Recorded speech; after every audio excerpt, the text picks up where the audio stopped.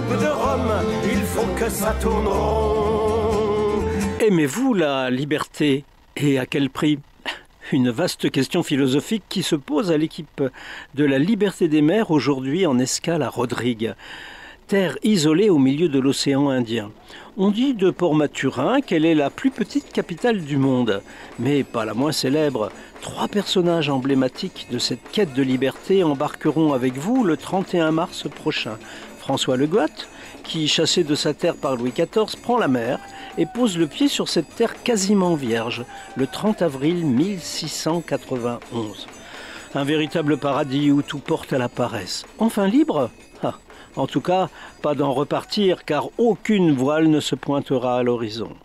La liberté se gagnera-t-elle au prix de l'exploit maritime qu'il s'apprête à faire ? Un second personnage qui va passer sa vie à se refaire de son infortune en recherchant un hypothétique trésor dans l'anse aux Anglais. Sans doute celui du pirate Labuse.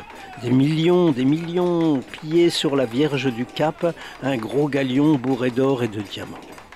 Nous irons à la rencontre de Léon Leclésio, dont l'auteur Jean-Marie Leclésio nous conte la quête dans ses ouvrages.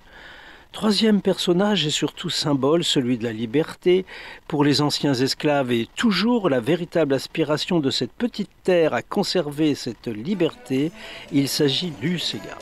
Une musique omniprésente, originale et rythmée par des tambours, l'accordéon et la singularité des voix. Eh bien, bonne navigation sur la Liberté des mers.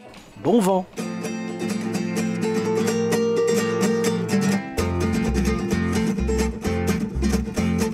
Hey matelot, tout le monde sur le pont, la double de Rome, il faut que ça tourne rond.